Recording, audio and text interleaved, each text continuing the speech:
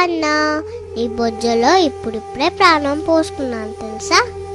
నువ్వు నా అమ్మవైనందుకు హ్యాపీగా ఉంది.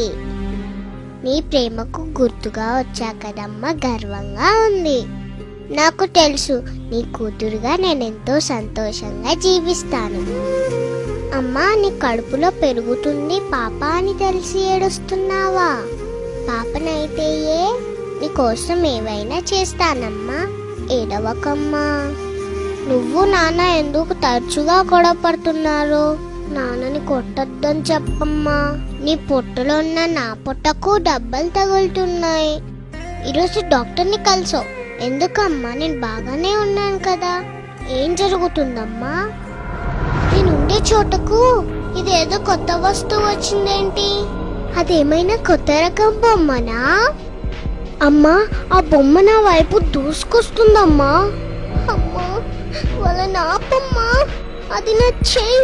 అయ్యో ప్లీజ్, నాకు నొప్పిగా ఉంది. నన్ను కూర్చోద్దని చెప్పమ్మా.